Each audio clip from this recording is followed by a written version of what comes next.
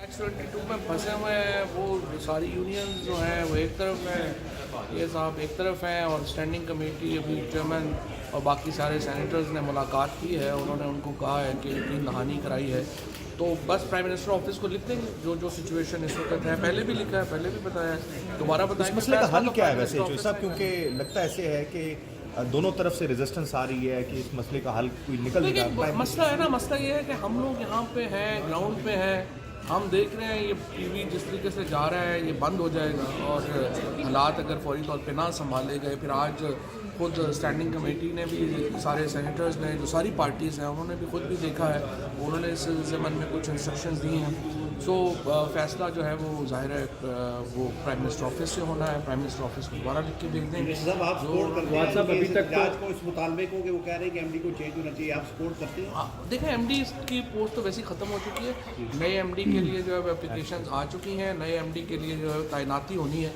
उस प्रोसेस को जो है वो ठीक करने, जल्दी मुकम्मल करने की ज़रूरत है। तो वो तो खैर एमडी तो ज़ाहिर चेंज हो गई, नया टीएम से आपकी मुलाकात होनी थी, इंशाल्लाह। फवाद चौधरी साहब, क्या वजह कि एक एमडी पीटीवी ने पूरे मामले को हाईजैक कर दिया है?